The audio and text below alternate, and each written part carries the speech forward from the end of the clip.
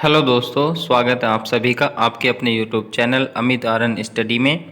तो दोस्तों, पिछली वीडियो में हम जो है प्राचीन इतिहास में सातवाहन वंश तक पढ़ चुके थे, यानी कि मगध काल पर जिन्होंने राज किया है, पर हम उन सभी के बारे में पढ़ चुके थे। मैंने आपको ट्रिक बताई थी हसीन मशूक़सा, आप सभी को याद होगी वो, ठीक है। तो हम यहाँ से आगे पढ़ते हैं आज मौर्यतल काल के बारे में। इससे पिछली वीडियो हमने प्लेलिस्ट बना दी है, जिसने नहीं देखी हो वो पूरा जाकर फास्ट छोटी छोटी वीडियो है रिवीजन भी कर सकते हैं लास्ट समय पर। ओके। ज़्यादा समझाने की कोशिश मैंने नहीं की है, क्योंकि ज़्यादा समझाते हैं तो फिर वीडियो बहुत लंबी हो जाती है, क्योंकि आप भी जानते हैं इतिहास तो बहुत बड़ा होता है। लेकिन आज जो है हम मौर्योत्तर काल के बारे में पढ़ते हैं, यानी कि जब मौर्य काल का पतन हो चुका था उससे बाद में जो है छोटे छोटे जो बाहर के यूनानी आक्रमणकारी आए थे, या जो भी छोटे छोटे राज्य यहाँ बन गए थे, ठीक है, उनके बारे में पढ़ते हैं। तो चलिए मौर्योत्तर काल के बारे में पढ़ते हैं। जिसने अभी तक हमारे चैनल को सब्सक्राइब नहीं किया है, या जो पहली बार जुड़े हैं वो चैनल को सब्सक्राइब कर लें। मौर्य काल के पतन के बाद मगध छोटे छोटे टुकड़ों में बंट गया और कोई भी योग्य शासक नहीं रहा, जिसके कारण विदेशी आक्रमणकारियों का भारत पर अवसर की तरह से दिखने लगा। तो मौर्योत्तर काल के बारे में जो 4 विदेशी आए थे वो कौन थे, इसको याद रखेंगे। इंडो ग्रीक थे पहले, यूनानी, फिर उसके बाद शक, उसके बाद पहलव, उसके बाद कुषाण। तो कुषाण और शक पढ़ना तो बहुत ज़रूरी है, क्योंकि इनके बारे में तो बहुत पूछा जाता है। कुषाण वंश को तो बहुत ही पूछा जाता है, ठीक है। तो आप लोग ध्यान से देखेंगे सारी वीडियो को, बहुत अंत तक इम्पोर्टेंट रहेगी वीडियो। तो सबसे पहले पढ़ते हैं हिंदू यूनानी। इसके बारे में ज़्यादा पूछा नहीं जाता, तो ज़्यादा नहीं, थोड़ा सा लिखा हुआ है बस। हिंदू यानी इंडो ग्रीक, इनका क्षेत्र हिंदुकुश पर्वत के समीप बैक्टीरिया था, या तो इन्हें बैक्टीरियन शासक भी कहा जाता है, बैक्टीरियन शासक भी कहते हैं। हिंदू यूनानी भारत में 2 चरण में आए थे। प्रथम चरण में कौन आया था, इसमें डेमेट्रियस ने पंजाब के साकल में डेमेट्रियस वंश की स्थापना की। डेमेट्रियस ने शुंग राजा पुष्यमित्र शुंग पर आक्रमण किया था, किंतु उसने जो है अपने पुत्र की सहायता से, कौन था उसका पुत्र, वशिष्ठी पुत्र पुल्लिमावी, बताया था ना मैंने, बीएसपी। डेमेट्रियस ने शुंग राजा पुष्यमित्र पर आक्रमण किया था, लेकिन जो है उसने अपने पुत्र के साथ मिलकर इसको हरा दिया था। अगला शासक कौन बना यहाँ का, इंडो ग्रीक का, हिंदू यूनानी का अगला शासक बना मिनांडर। इसने भी शुंग राजा पुष्यमित्र शुंग के आक्रमण किया, किंतु वो भी पराजित हो गया, ठीक है, क्योंकि वह बहुत शक्तिशाली राजा थे, पुष्यमित्र वाले जो शुंग थे, शुंग वंश के शासक। उसके बाद इसे मिनांडर यानी कि बौद्ध भिक्षुक नागसेन ने बौद्ध धर्म की शिक्षा दी है। कई बार पूछा गया है कि मिनांडर को बौद्ध धर्म की शिक्षा किसने दी थी, या ऐसा कौन हिंदू यूनानी था जिसने बौद्ध धर्म अपनाया था। यह बौद्ध धर्म अपनाने वाला पहला विदेशी था। देखो आगे ना बात, यह बौद्ध धर्म अपनाने वाला पहला विदेशी था। नागसेन एवं मिनांडर के वार्तालाप के चर्चा नागसेन की पुस्तक मिलिंद पन्हों में है, नागसेन की और मिनांडर की। ये पूछा जाता है, इंपॉर्टेंट सारे टॉपिक हैं। वैसे तो पूरे नोट्स इंपॉर्टेंट है, देखो जो 1 लाइन के फॉर्म में, यानी कि इसका एक पूरा चैप्टर होगा, उस पूरे चैप्टर को बस 4-5 लाइन में लिखा हुआ, तो समझ लो मोस्ट इंपॉर्टेंट लाइन है जो पूछी जाती है एग्जाम की दृष्टि से, ठीक है। उसके बाद अब हम द्वितीय चरण में पूछते हैं, द्वितीय चरण में कौन आया, ये दो अभी बताया ना, 2 चरण में आए थे। इसमें यूक्रेटाइडिस आया, यूक्रेटाइडिस ने तक्षशिला में यूक्रेटाइडिस वंश की स्थापना की। इस वंश के शासक अंतियाल ने अपना राजदूत हेरियोडोटस को शुंग राजा भागव्रत के दरबार में मित्रवत संबंध स्थापित करने के लिए भेजा था। तो अंतियाल का कौन राजदूत था, हेलियोडोटस, लेकिन उसने कौन सा बताया, डेमेट्रियस भेजा था, डेमेट्रियस। उसके बाद हेलियोडोटस भागवत धर्म यानी कि विष्णु भगवान से प्रभावित होकर इस धर्म को अपना लिया, और इस धर्म में सम्मान विदिशा में गरुड़ध्वज अभिलेख बनाया था। तो विदिशा में जो गरुड़ध्वज अभिलेख किसका, हेलियोडोटस ने बनवाया था। किसने बनवाया था, हेलियोडोटस ने। यह किसी राजदूत का एकमात्र व्यक्तिगत अभिलेख है। तो हेलियोडोटस का अभिलेख कौन सा है, विदिशा में है, जो बेसनगर में गरुड़ध्वज अभिलेख, ठीक है। तो ये बस इतनी बार इसके बारे में इतना ही पढ़ा था। अब इसकी विशेषताएं पढ़ लेते हैं। हिंदू यूनानियों को क्या क्या इन्होंने सिखाया, ये यवन से आकर भारत में बस गए, अतः इन्हें हिंदू यूनानी कहते हैं। इन्हें काली मिर्च बहुत ही पसंद थी, अतः काली मिर्च को यमन प्रिय कहा जाता है। इन्हें काली मिर्च बहुत पसंद थी, इसलिए काली मिर्च को यमन प्रिय कहा जाता है। भारत में पहले चित्रित सोने के सिक्के यूनानियों ने चलाए थे। तो सबसे पहले सोने के सिक्के किसने चलाए थे, यूनानियों ने, चित्रित सोने के सिक्के। तो यूनानियों ने भारत में खगोल, ज्योतिष, गणित तथा समय की गणना प्रारंभ की थी। कौन से, तो सबसे पहले किसने की थी, यूनानियों ने भारत में खगोल, ज्योतिष, गणित तथा समय की गणना का प्रारंभ इन्हीं ने किया था, ठीक है। तो ये हमने बस इतना सा पढ़ लिया यूनानियों के बारे में। तो क्या ट्रिक बताई थी, ISPK, यानी कि इंडो ग्रीक, शक, पहलव और कुषाण, वो तो मैंने याद कराई थी, तो पहले आपको हसीन मशूक़ तो सभी को याद होगा। कितने वंश थे? हर्यक वंश, शिशुनाग वंश, नंद वंश, मौर्य वंश, है ना, वो सब पढ़ाए थे मैंने। चलिए अब जो है शक वंश के बारे में पढ़ते हैं। शक वंश तो इंपॉर्टेंट है क्योंकि इन्होंने शक कैलेंडर वगैरह चलाए थे ना। तो शक मध्य एशिया के रहने वाले थे। एक तो इंपॉर्टेंट लाइन ये होगी, शक कहाँ के रहने वाले थे? मध्य एशिया के। इन्हें सूची वंश वालों ने मध्य एशिया से भगा दिया था। इन्हें सूची वंश वालों ने मध्य एशिया से भगा दिया था। शक राजाओं का को क्षत्रप कहा जाता था। पूछा जा सकता है कि शक राजाओं को क्या कहा जाता था? क्षत्रप कहा जाता था। ये भारत में आकर 5 जगहों पर बसे थे। कहाँ कहाँ पर? कांधार अफगानिस्तान में, तक्षशिला पाकिस्तान में, ठीक है,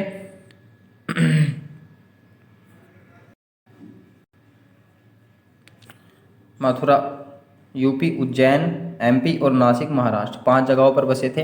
पाकिस्तान, अफगानिस्तान, मथुरा, उज्जैन और नासिक, ठीक है, ये 5 जगहों पर आकर बसे थे। मथुरा के राजुक शाक को मालवा के शासक ने 57 BC में पराजित कर दिया और विक्रमादित्य की उपाधि धारण कर ली। इस उपलक्ष्य में इन्हें 57 ईसा पूर्व विक्रम संवत चलाया। 57 ईसा पूर्व विक्रम संवत नामक एक कैलेंडर चलाया था। किसने? क्या नाम था उसका? राजुक। मथुरा के राजुक शाक को मालवा के शासक ने पराजित कर दिया था ना। उसने विक्रमादित्य की उपाधि धारण कर 57 ईसा पूर्व विक्रम संवत चलाया, ठीक है। तो विक्रम संवत आपने पढ़ा होगा कई बार हिंदी में।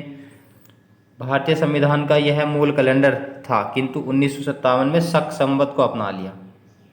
पहले जो है जब मूल संविधान लागू हुआ था तो उसमें यही जो संवत कैलेंडर था इसी को अपनाया जाता था, लेकिन 1957 में शक कैलेंडर को अपना लिया गया। नासिक का शक शासक नहपान ने सातवाहन वंश गौतमी पुत्र सतकर्णी, GPS कहते हैं जिसका, है ना, मैंने ट्रिक से पढ़ाया था आपको, आक्रमण किया किंतु पराजित हो गया। तो नहपान ने इस पर आक्रमण किया था, लेकिन सातवाहन वंश के जो शासक था उसने उसको नहपान को हरा दिया। तो नहपान को किसने हरा दिया? गौतमी पुत्र सतकर्णी ने। उसके बाद इसकी जानकारी नासिक के जोगलथम्बी अभिलेख से मिलती है कि नहपान और गौतमी पुत्र सतकर्णी का युद्ध हुआ था, जिसमें गौतमी पुत्र सतकर्णी विजयी हुआ था। तो इसकी जानकारी कहाँ से मिलती है? जोगलथम्बी अभिलेख से मिलती है। उसके बाद नेक्स्ट क्वेश्चन, सबसे प्रतापी शक उज्जैन का रुद्रदामन था। सबसे प्रतापी शक जो था उज्जैन का रुद्रदामन था। रुद्रदामन ने सातवाहन वंश शासक वशिष्ठिपुत्र पुल्लीमावी को पराजित कर दिया था।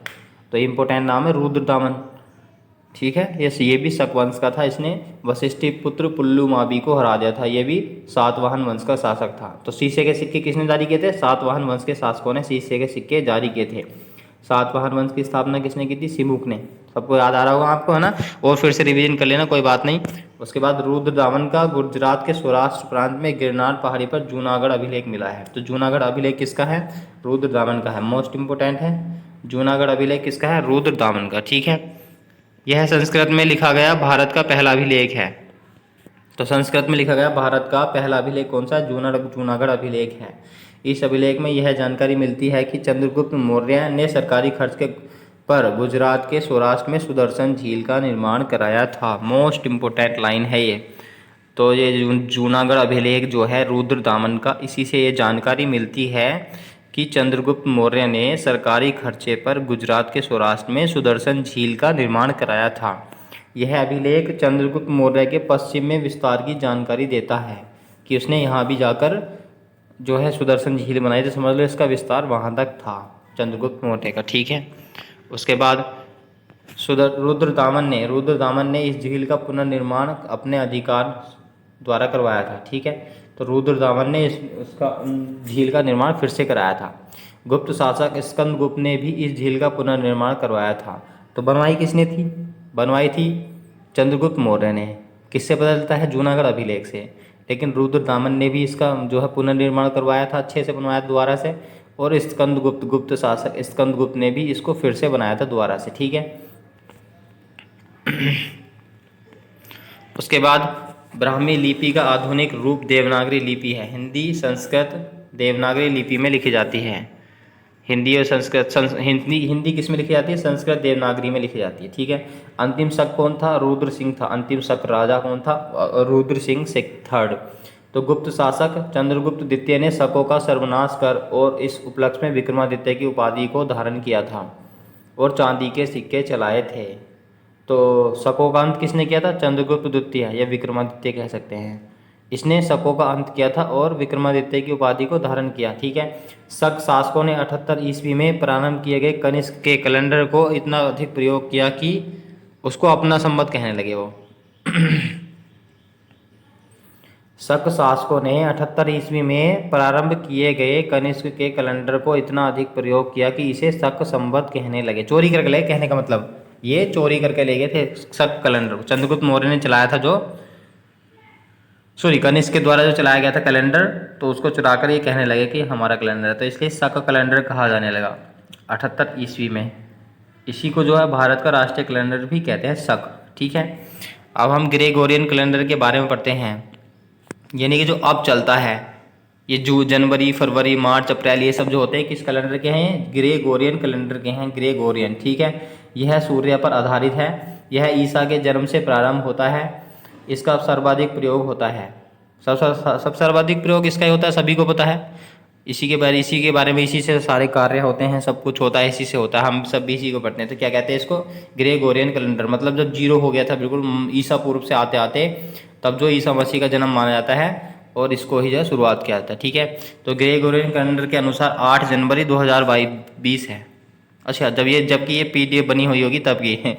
लेकिन आज जो है ग्रेगोरियन कैलेंडर के अनुसार 2 जून 2023 है। ठीक है। उसके बाद विक्रम संवत कब चलाएगा? विक्रम संवत इसे मालवा शासक विक्रमादित्य 4 ने 57 ईस्वी से प्रारंभ किया था। ठीक है। मालवा शासक मैंने बता दिया 57 ईसा पूर्व चलाया था इसको, जिसने जो है उसे मारकर विक्रमादित्य की उपाधि को धारण किया था। मैंने भी पढ़ा है पीछे अभी, है ना। तो यह ग्रेगोरियन कैलेंडर से 57 वर्ष आगे रहता है, क्योंकि ये जीरो था, 57 वर्ष पहले शुरू हो गया। अब जीरो से बाद में उधर इधर को +57 चलेंगे, ये माइनस में आते हैं ना इधर को, तो हो गया ना 57 वर्ष आ गए। यहाँ पर जीरो है तो ये 57 अभी तक आ चुका है, तो ये 57 है, तो 57 जोड़ के, जैसे आप 2023 है तो 2023 में ये अगर पूछने लगे कोई विक्रम संवत कितना है तो उसमें 57 प्लस कर दो तो कितना हो जाएगा? 2080। ठीक है। उसके बाद 57 जोड़ दिया जाता है। कितना जोड़ दिया जाता है? 57 जोड़ दिया जाता है। इसी कारण संविधान लागू करने की तिथि 1949 को विक्रम संवत में 2006 कहलाता, 2006 कहता है। 2006 जुड़ जाएगा ना, हो जाएगा ना इसमें, जब हम उसको जोड़ देंगे 57 जोड़ देंगे इसमें। शक संवत इसे कनिष्क ने 78 ईस्वी में अपने राज्याभिषेक के समय प्रारंभ किया था। तो यह ग्रेगोरियन कैलेंडर से 78 ईस्वी के बाद चला था। तो समझ जाएंगे, कंफ्यूज नहीं होना है। विक्रम संवत 57 ईसा पूर्व चला था, लेकिन ग्रेगोरियन कैलेंडर जो है शक कैलेंडर जो है, शक संवत जिसे कनिष्क ने चलाया था, यह 78 ईस्वी बाद आया था। ठीक है। और शक संवत ज्ञात करने के लिए 78 घटाया जाता है ग्रेगोरियन कैलेंडर से। शक संवत ज्ञात करने के लिए ग्रेगोरियन कैलेंडर से 78 साल घटा दिए जाते हैं। जैसे 2023 चल रहा है, अगर हमें शक संवत निकालना है तो हम इसमें 2023 में से 78 घटा लेंगे। ठीक है। 1900 के समथिंग आ जाएगा। उसके बाद विक्रम संवत शक संवत हिजरी मुस्लिम चंद्रमा पर आधारित है, अतः इसका त्यौहार भी 1 वर्ष 11 दिन पीछे हो जाता है, किंतु 3 साल बाद शक संवत में एक अतिरिक्त महीना जोड़ दिया जाता है। जैसे कहते हैं ना हिंदुओं के महीने में कि एक लोन का महीना हो गया, जेठ के 2 महीने हो गए, ज्येष्ठ के, है ना, ऐसे ऐसे बोला जाओ, आपने सुना होगा बहुत ज़्यादा। तो अभी हमने जो है 2 राज्यों के 2 देशों के बारे में पढ़ लिया। क्या बताया था मैंने? ISPK, इंडो ग्रीक का पढ़ लिया, हिंदू यूनानी के बारे में, शक के बारे में पढ़ लिया। अब जो हम पहलव वंश के बारे में पढ़ेंगे, पहलव, तो 3-4 बार बोलेंगे ISPK, आपको यह याद हो जाएंगे, वरना आप कंफ्यूज हो जाएंगे कि पहले कौन आया था, कि पहलव वंश पहले था, या वो बात है ना, ऐसे इस तरह से आपको याद करना है। तो पहलव वंश के बारे में देखते हैं अब हम। ये ईरान, फारस, पारसिया के थे, जिस कारण इन्हें पार्शियन कहा जाता था। इन्होंने अपनी राजधानी पुरुषपुर यानी कि पेशावर को बनाया था पहलव वंश ने। ठीक है। तो पहलव वंश ने अपनी राजधानी किसे बनाया था? पेशावर या पुरुषपुर को बनवाया था। इस वंश के संस्थापक मिथ्रेडेटस थे। इस वंश के बारे में ज़्यादा पढ़ने की जरूरत नहीं है, बस 4-5 लाइनें हैं ये। इस वंश के सबसे योग्य शासक गोंदोफोर्मिस थे, जिनका पाकिस्तान से तख्ते बड़े अभिलेख मिला है। आप ये नाम पहली बार सुन रहे होंगे, इसलिए आपको नए लग रहे होंगे, आप सोच रहे होंगे ये तो याद करने की ज़रूरत है नहीं। बट आप 2-3-4 बार हिस्ट्री जब तक नहीं पढ़ेंगे, जो लोग नए होंगे, तो आपको समझ नहीं आएगा, अच्छा नहीं लगेगा इनके नाम पढ़ना, ठीक है। इनके समय पर पुर्तगाल का एक ईसाई धर्म का प्रचारक सेंट आया था, सेंट है ना, पता नहीं उसका पूरा नाम इन्होंने लिखा नहीं है, जिसने जो है इसका प्रचार किया था ईसाई धर्म का, पहला ईसाई धर्म का प्रचार भारत में किसने किया था? सेंट ने किया था, तो कोई सेंट होगा। अब चलिए कुषाण वंश के बारे में पढ़ते हैं लास्ट। कुषाण वंश तो इंपॉर्टेंट है, बहुत ज़्यादा पूछे आता है, तो ट्रिक तो आप याद रखेंगे ISPK, इंडो ग्रीक, शक, पहलव और लास्ट में बचा कुषाण वंश। तो कुषाण वंश के बारे में पढ़ते हैं, ठीक है, मोस्ट इंपोर्टेंट है ये। तो ये मध्य एशिया के निवासी थे। आप आराम से एग्जाम के समय पर भी मेरे नोट्स रिप्लाई और जो है रिवीजन कर सकते हैं, मैं प्लेलिस्ट पूरी बना दूंगा, आपको कहीं जाने की ज़रूरत नहीं पड़ेगी, ठीक है। पूरा हिस्ट्री पढ़ के जा सकते हैं, कोई बुक पढ़ने की ज़रूरत नहीं। बुक पढ़ने के लिए आपको पूरा चैप्टर पढ़ना पड़ेगा, लेकिन यहाँ पर उस चैप्टर की मोस्ट इंपॉर्टेंट बातें यहाँ पर लिख रही हैं, ठीक है। ये मध्य एशिया के निवासी थे। मध्य एशिया में यूची कबीले के 5 भागों में बटा था। एक कविता लिखा, यूची कबीला जो है 5 भागों में बटा था। इसी 5 भागों में से एक भाग कुषाण था। कुषाण वंश का क्षेत्र मध्य एशिया के अनुदारिया नदी से लेकर गंगा के दौरान तक फैला था। कुषाण वंश के संस्थापक कौन थे? कुजुलकड़फिसस थे। एक इम्पोर्टेंट नाम ये याद रखना आपको, कभी आप उसका, जो लोग पहली बार पढ़ रहे हैं वो तो कुषाण वंश के संस्थापक कनिष्क को ही पढ़ते होंगे। कनिष्क संस्थापक नहीं था, कनिष्क सबसे महान राजा था, ठीक है। तो कुजुलकड़फिसस जो है कुषाण वंश के संस्थापक थे। उसके बाद इन्होंने तांबे का सिक्का चलाया। अगला शासक विम कड़फिसस बना। पहला कुजुलकड़फिसस, अगला विम कड़फिसस बना, ठीक है। इन्होंने जो है तांबे का सिक्का चलाया। इन्होंने सर्वाधिक शुद्ध सोने के सिक्के चलाए थे। यह शैव धर्म को मानता था। तो कुषाण वंश का सबसे प्रतापी शासक कनिष्क था। इसने 78 ईस्वी में अपना राज्याभिषेक कराया और इस अवसर पर शक संवत प्रारंभ किया था। इसने अपनी राजधानी पेशावर को बनाया, पुरुषपुर है ना, जबकि सांस्कृतिक राजधानी मंदूस को बनाया, मथुरा भी कह सकते हैं, ठीक है। कनिष्क ने पाटलिपुत्र पर आक्रमण किया और महात्मा बुद्ध का भिक्षा पात्र जो था तथा यहाँ के दार्शनिक अश्वघोष को अपने साथ ले आया। कनिष्क ने पाटलिपुत्र पर आक्रमण किया और महात्मा बुद्ध का जो भिक्षा पात्र था उसको ले आया तथा यहाँ के दार्शनिक अश्वघोष को भी अपने साथ ले आया, ठीक है। पार्श्व के कहने पर कनिष्क ने प्रथम सदी 102 ईस्वी में कश्मीर के कुंडलवन में चौथी बौद्ध संगीति का आयोजन कराया था। तो चौथी बौद्ध संगीति का आयोजन कुंडलवन कश्मीर में कनिष्क के समय पर हुआ था, ठीक है। उसके बाद कनिष्क के दरबार में इम्पोर्टेंट नाम पढ़ते हैं हम। पार्श्व, अश्वघोष, नागार्जुन तथा चरक नामक विद्वान रहते थे। अश्वघोष ने बुद्ध चरित लिखा है। इसे कहते हैं बौद्धों की रामायण। अश्वघोष के द्वारा लिखी गई है बुद्ध चरित, ठीक है। चरक ने चरक संहिता लिखी। ये जो चरक थे वैद्य थे या डॉक्टर थे, ये बात सभी जानते होंगे। तो चरक किसके काल में थे? कनिष्क के काल में थे चरक, ठीक है। नागार्जुन ने माध्यमिक सूत्र में सापेक्षिकता का सिद्धांत की चर्चा की, अतः इसे भारत का आइंस्टीन कहते हैं। तो भारत का आइंस्टीन किसे कहा जाता है? नागार्जुन को कहा जाता है। इसने जो है सापेक्षता का सिद्धांत दिया था, क्योंकि सापेक्षता का सिद्धांत आइंस्टीन ने दिया है ना, तो भारत में इसने भी माध्यमिक सूत्र में सापेक्षता के सिद्धांत की चर्चा की है, इसलिए इसे भारत का आइंस्टीन कहते हैं, ठीक है। नागार्जुन बौद्ध धर्म के शून्यवाद को जानते थे। नागार्जुन जो है बौद्ध धर्म के शून्यवाद को जानते थे। ये मोस्ट इंपॉर्टेंट स्लाइड है सारी की सारी, इसमें बहुत सारी मोस्ट इंपॉर्टेंट बातें हैं, ठीक है। उसके बाद चौथी बौद्ध संगीति में बौद्ध धर्म हीनयान और महायान 2 भागों में बट गया। कनिष्क किसे मानता था? महायान को मानता था। पूछा जाता है कि कनिष्क कौन सी पद्धति का था, है ना, तो महायान को मानता था। महायान बौद्ध धर्म की एक सरल शाखा थी जिसमें भिक्षुक सोने के आभूषण धारण कर सकते थे और मांस खा सकते थे। ओहो, इसलिए धारण किया इसने, क्योंकि राजा था तो ऐसे सोने के आभूषण धारण करने थे और मांस भी खा सकते थे। तो पूछ सकता घुमाकर कि कौन सी शाखा थी जिसमें सोने के आभूषण धारी कर सकते थे और मांस भी खा सकते थे, तो वो कौन सी थी? महायान शाखा थी। महायान और हीनयान 2 शाखाओं में बढ़ गई थी चौथी बौद्ध संगीति में, ठीक है, बौद्ध धर्म। उसके बाद सर्वाधिक शुद्ध सोने के सिक्के, ये तो मैं आपको बहुत बार बता चुका हूँ। सिक्के कनिष्क के शासनकाल में प्रारंभ हुए थे। इन्होंने सोना की प्राप्ति पाकिस्तान के हिंदुकुश पर्वत के बीच अतलाई पहाड़ियों से हुई थी। तो इन्हें सोना कहाँ से मिलता था? हिंदुकुश पहाड़ियों से मिलता था। कनिष्क के समय स्थल तथा समुद्र दोनों व्यापार से मार्ग होते थे। ठीक है। कनिष्क के समय भारत में बांग्लादेश का ताम्रलीप बंदरगाह तथा दक्षिण समय में महाराष्ट्र का सोपरा बंदरगाह प्रमुख था। अरे भाई बहुत इंपॉर्टेंट शासक था, बहुत तगड़ा शासक था, ऐसे कह सकते हैं देसी लैंग्वेज में। इसने चीन को जो है निकलने को मना कर दिया था ऊपर को। उसके बाद अज्ञात की रचना, Periplus of the Asian three, Periplus of the Erythraean sea. ठीक है, जिससे यह जानकारी मिलती है कनिष्क का सर्वाधिक व्यापार रोग से होता था। रोग पता नहीं क्या दे दिया, रोड हो सकता है तो ना। कनिष्क के समय ही पहली बार नाशपाती की खेती की प्रारंभ किया गया। इसी के समय नाविक हिप्पालस ने मानसून की खोज की थी। तो मानसून की खोज हिप्पालस ने की थी, नाविक था एक, इसी के समय पर की थी, कनिष्क के समय पर। ठीक है। नाशपाती की खेती भी सबसे पहले इसी के समय पर स्टार्ट हुई थी। मोस्ट इम्पोर्टेंट है। अब हम पढ़ते हैं मेन बात, रेशम मार्ग। यह चीन के रेशम व्यापार को यूरोप, फारस और मध्य एशिया से जोड़ता था। ठीक है।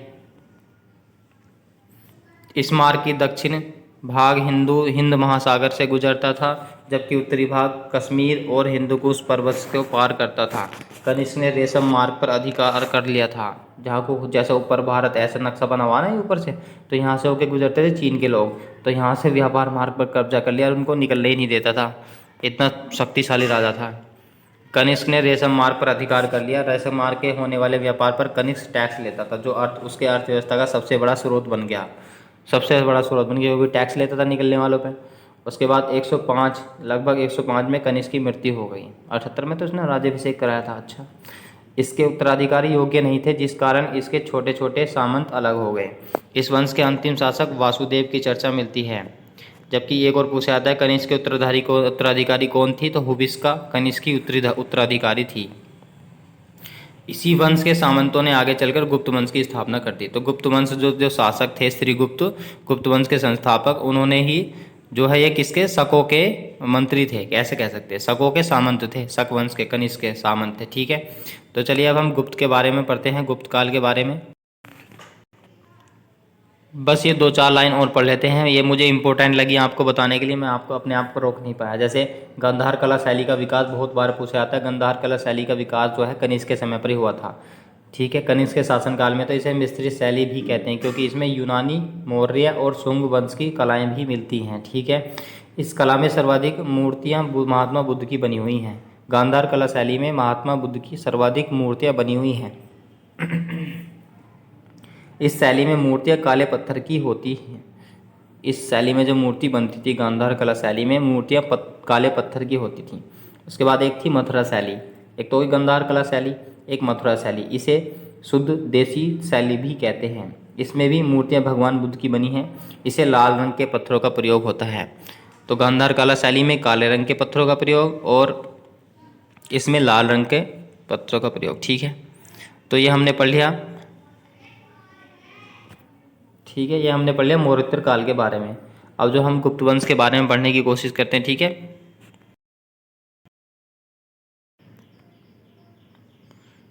दोस्तों, तो अब जो है हम गुप्त वंश के बारे में पढ़ने जा रहे हैं। ठीक है। जिसने पिछली वीडियो नहीं देखी है, मैंने प्लेलिस्ट बना दी है, आप जाकर देख लेना। बहुत कम समय में भी, अंतिम समय में भी आप अपना रिवीजन कर सकते हैं। ठीक है। और वीडियो को लाइक ज़रूर करना और चैनल को सब्सक्राइब ज़रूर करना। ठीक है। क्योंकि जो है पूरी हिस्ट्री हम इसी तरह से कवर करने वाले हैं। तो आज हम जो है गुप्त वंश के बारे में पढ़ेंगे। गुप्त वंश जो है, गुप्त वंश के जो लोग थे ये जो है शकों के ही क्या थे, सामंत थे, मंत्री थे।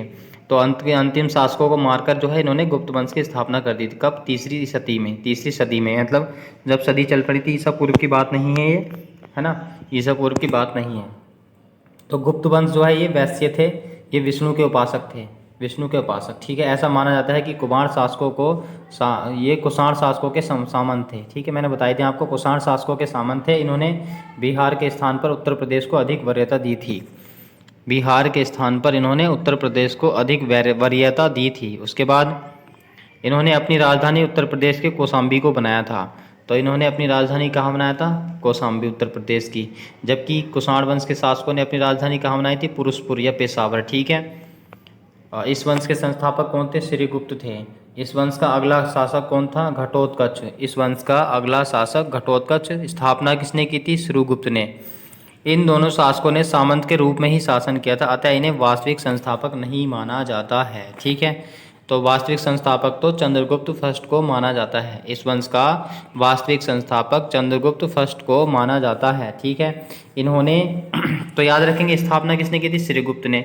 अगला शासक कौन था? घटोत्कच। पूछा जाता है कि चंद्रगुप्त के पिताजी कौन थे? घटोत्कच।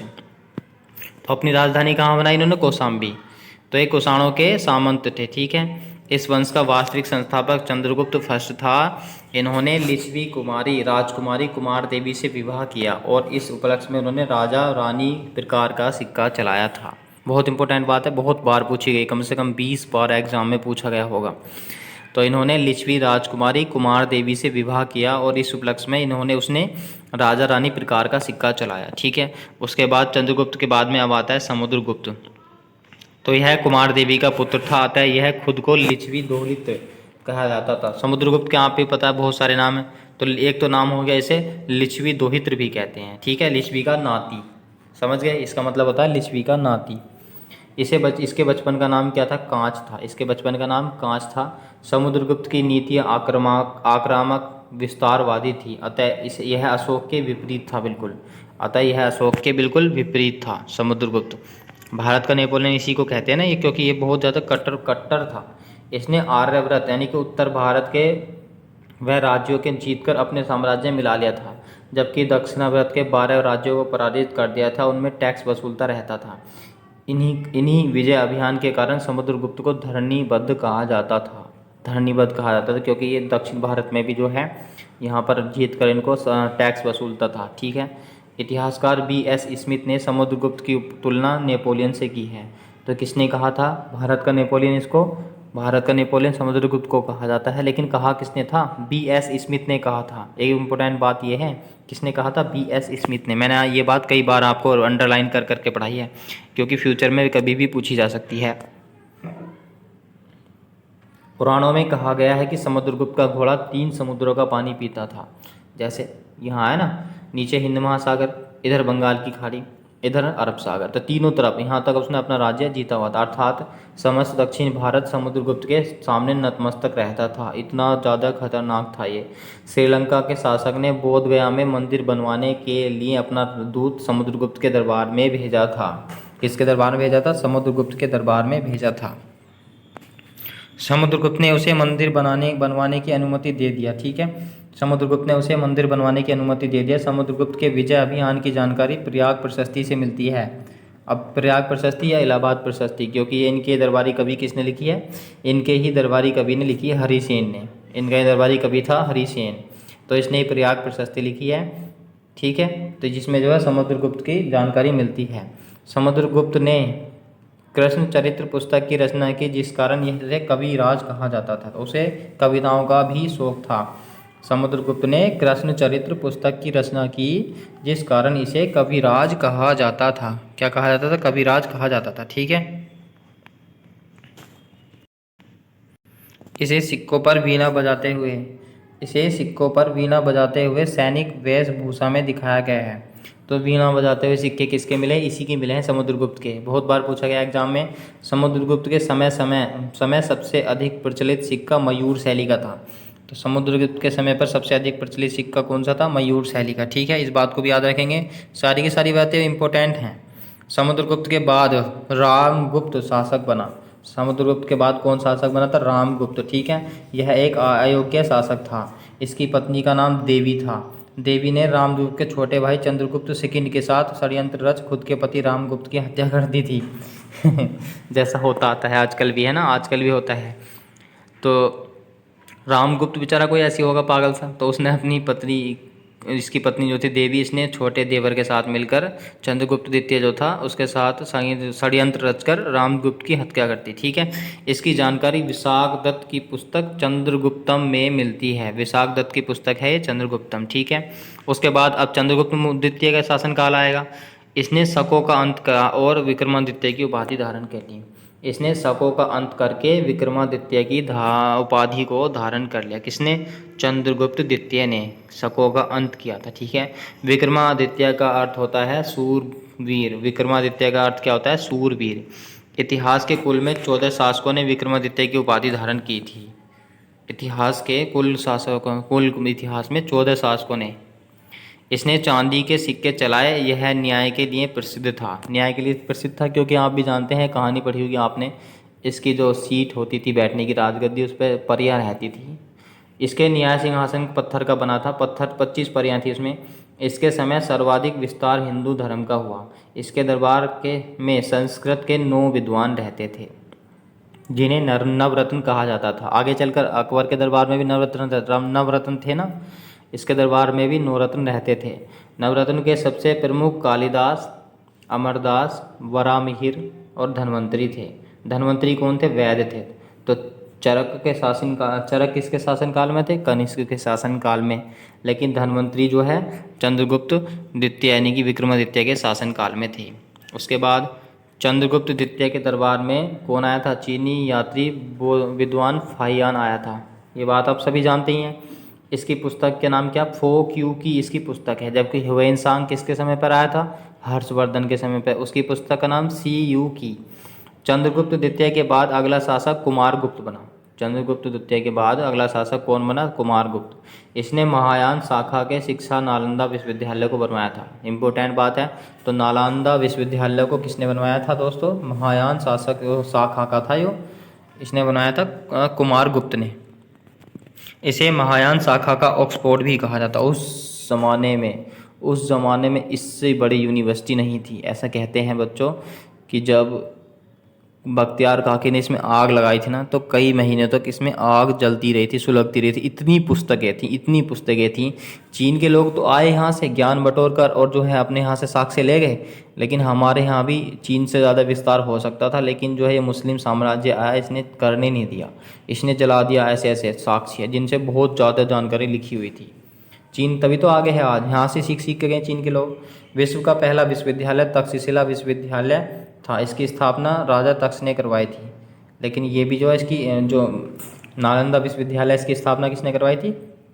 कुमारगुप्त ने। यह वर्तमान पाकिस्तान में रावलपिंडी जिले में स्थित है। ठीक है। विश्व का पहला हॉस्टल सुविधा देने वाला विश्वविद्यालय नालंदा विश्वविद्यालय था। इतना बड़ा हॉस्टल था विश्वविद्यालय, बहुत इंपॉर्टेंट। उसके बाद 1198 में कुतुबुद्दीन ऐबक का सेनापति बख्तियार काकी ने नालंदा विश्वविद्यालय को ध्वस्त कर दिया। ठीक है, यानी कि जला दिया। तो कुमारगुप्त के बाद अगला शासक कौन बना था? स्कंदगुप्त बना था। जब इसने इसको जला दिया तो इसका फिर से जो है जो जीर्णोद्धार कराया था धर्मपाल ने कराया था। पाल वंश का शासक जो था, ठीक है, मरम्मत कराई थी उसकी। तो इसका अगला शासक कौन था? स्कंदगुप्त। ठीक है, ट्रिक याद और मतलब तरीका क्रम याद रखना, भूलना मत। सबसे पहले श्रीगुप्त के बाद घटोत्कच के बाद चंद्रगुप्त फर्स्ट के बाद रामगुप्त के बाद जो है विक्रमादित्य के बाद आया कुमारगुप्त के बाद अब आएगा विष्णुगुप्त। ठीक है। स्कंदगुप्त ने सुदर्शन झील का पुनर्निर्माण करवाया था। थोड़ी देर पहले मैं आपको बता चुका हूँ। इसकी अलग से एक जूनागढ़ अभिलेख मिला है जिससे यह जानकारी मिलती है कि समुद्रगुप्त ने हूणों के आक्रमण को असफल कर दिया था। जूनागढ़ अभिलेख किसका है? रुद्रदामन का है। शक शासक था वो भी रुद्रदामन। ठीक है, जूनागढ़ अभिलेख। इसके बाद गुप्त वंश में बहुत छोटे छोटे शासक हुए। भानुगुप्त के एरन अभिलेख से सती प्रथा की जानकारी मिलती है। तो मोस्ट इंपोर्टेंट लाइन लिखी हुई सारी है ना, पूरी कहानी पढ़ने की कोई ज़रूरत नहीं है इसमें। भानुगुप्त के एरन अभिलेख से सती प्रथा की जानकारी मिलती है। ऐसा समझ लो कि वन लाइनर की फॉर्म में नोट्स लिखे हुए हैं ना। इस वंश का अंतिम शासक विष्णुगुप्त हुआ करता था। ठीक है, तो हमने सारा का सारा पढ़ लिया। आप फिर से पढ़ लेना, छोटी वीडियो बनाऊंगा, ज़्यादा बड़ी वीडियो नहीं बनाऊंगा। इस वंश के विनाश का कारण हूणों का आक्रमण था। तो हूणों का आक्रमण हो गया था, हूणों का है ना। हूणों के आक्रमण के बाद गुप्त वंश छोटे छोटे सामंतों में बढ़ गया, जिससे सबसे महत्वपूर्ण शासक पुष्यभूति हुए। तो अब पुष्यभूति वंश आएगा ना, पुष्यभूति हुए। ठीक है, तो गुप्तकालीन की प्रशासनिक व्यवस्था पढ़ लेते हैं हम। गुप्तकाल के बारे में थोड़ा ज़्यादा पढ़ना पड़ेगा ना, क्योंकि बहुत अच्छे से पूछ जाता है इसमें। तो गुप्तकाल की भाषा कैसी थी? संस्कृत थी। वर्तमान हिंदू धर्म का स्वरूप गुप्तकाल की देन है। ऐसे कहते हैं भारतीय इतिहास का स्वर्णिम युग जो है गुप्तकाल था, गुप्त युग था, गुप्तकाल। भारतीय इतिहास का स्वर्णिम युग, सोने का बिल्कुल ऐसे कह सकते हैं। गुप्त काल की राजधानी कौशाम्बी थी। तो गुप्तों ने अपनी राजधानी कहाँ बनाई थी? उत्तर प्रदेश को इन्होंने ज़्यादा वार्यता दी थी, इन्होंने अपनी राजधानी कौशाम्बी बनाई थी। इस समय अर्थव्यवस्था का सबसे बड़ा स्रोत था भू राजस्व, वही टैक्स वसूलना, टैक्स से वसूलते थे किसानों से, बेचारों से। यह 1/4 से लेकर 1/6 तक हो सकता था, यानी कि चौथा भाग भी हो सकता था, छठा भाग भी हो सकता था। भू राजस्व को हख्या या मेय के रूप में दिया जाता था, ठीक है, नगद दिया जाता था या तो अनाज दिया जाता था। इस समय शासन की सबसे बड़ी इकाई देश होती थी। देश का सर्वोच्च राजा होता था, जो न्याय को भी सर्वोच्च था। उसके बाद शासन की सबसे छोटी इकाई गांव होती थी, जिसे ग्रामी के अधीन रहती थी। ग्रामी जैसे प्रधान बनता है, तो छोटी इकाई गांव होता था, सबसे बड़ी इकाई कौन सी होती थी? देश होता था, ठीक है। ये टैक्स वसूलते थे। इस समय सबसे प्रमुख अधिकारी कुमार अमात्य था, जो वर्तमान डीएम के पद पर होता है ना, वर्तमान में डीएम होता है ना जैसे जिले का, उस समय पर कौन था? अमात्य। फाहियान के अनुसार इस समय अस्पृश्यता यानी कि छुआछूत बहुत थी। निम्न जाति के लोगों को चांडाल या अंत्यज्ञ कहा जाता था। इस समय स्त्रियों को शिक्षा का अधिकार था, वे देवदासी भी हो सकती थी। शिक्षा का अधिकार भी था उस समय पर, वे देवदासी भी हो सकती थी, ठीक है। उसके बाद इस समय बाल विवाह, पर्दा प्रथा तथा सती प्रथा का भी प्रचलन था। सब चीज़ थी इस समय, बाल विवाह, पर्दा प्रथा तथा सती प्रथा का भी प्रचलन था। इस समय वेश्यावृत्ति थी, वेश्यावृत्ति। वेश्यावृत्ति आप सभी जानते ही होंगे, है ना, अच्छे से। तो वेश्यावृत्ति में लिप्त महिलाओं को गणिका या कुटनी कहा जाता था, कुटनी, ठीक है। जो लोग देह व्यापार करती थी अपना, महिलाएं, वो उन्हें जो है कुटनी कहा जाता था। इस समय गणित तथा ज्योतिष का सर्वाधिक विकास हुआ। गणित तथा ज्योतिष का सर्वाधिक विकास हुआ था इनके काल में, गुप्त काल में, ठीक है। अजंता की गुफाओं का निर्माण गुप्त काल में हुआ था। तो अजंता की गुफाओं का निर्माण गुप्त काल में ही हुआ था। महाराष्ट्र के इन गुफाओं की संख्या कितनी है? 29 है। 16, 17 तथा 19 नंबर की गुफाएं गुप्त काल की हैं। अजंता बौद्ध, जैन तथा धर्म तीनों के लिए प्रसिद्ध है। ये तो बात मैंने बहुत बार पढ़ाई है। अजंता की जो गुफाएं हैं, बौद्ध धर्म, जैन धर्म तथा हिंदू तीनों धर्मों के लिए हैं। गुप्त काल में ही मध्य प्रदेश में बाघ की गुफाएं बनाई गई। तो गुप्त काल में ही मध्य प्रदेश में बाघ की गुफाएं बनाई गई। तो बाघ की गुफाएं कहाँ पर है? मध्य प्रदेश में है, ठीक है। बाघ की गुफाएं कहाँ पर है? मध्य प्रदेश में। उसके बाद गुप्त काल में ही अफगानिस्तान के बामियान में स्थित पर्वतों को काटकर महात्मा बुद्ध की विश्व की सबसे ऊंची प्रतिमा बनाई गई। तो अफगानिस्तान के बामियान में है ये मूर्ति। आपने देखी हो जब अफगानिस्तान में अभी पीछे जो तालिबान आकर बस गए थे, बनाई गई, किंतु अफगानिस्तान में तालिबान आतंकवादियों ने इसे बम से उड़ा दिया। तो महात्मा बुद्ध की सबसे ऊंची प्रतिमा कहाँ बनाई गई थी? बामियान में बनाई गई थी, गुप्त वंश के शासनकाल में, ठीक है। अब सुदर्शन झील के बारे में पढ़ते हैं, किस किसने बनाया था ना, रिकॉल कर लेते हैं, कहने का मतलब। सुदर्शन झील को जो है बनाया तो किसने? तो चंद्रगुप्त मौर्य ने, सरकारी खर्चों पर, ठीक है। राज्यपाल कौन था समय पर? पुष्यमित्र शुंग था। अशोक ने इसका फिर से जीर्णोद्धार कराया, रुद्रदामन ने भी इसका जीर्णोद्धार कराया, स्कंदगुप्त ने भी इसका जीर्णोद्धार कराया था। मतलब मरम्मत कराई थी सबने बाद में, लेकिन निर्माण किसने कराया था? चंद्रगुप्त मौर्य ने कराया था, ठीक है। अब ये हूणों का आक्रमण हुआ इन पर, समुद्रगुप्त यानी गुप्त वंश पर हूणों का आक्रमण हुआ, और जो है गुप्त वंश अंत में नष्ट हो गया, ठीक है। ओह, यहाँ से आगे जो फिर हम बाद में पढ़ लेंगे, ओके, ठीक है। तो नेक्स्ट वीडियो में मिलते हैं दोस्तों।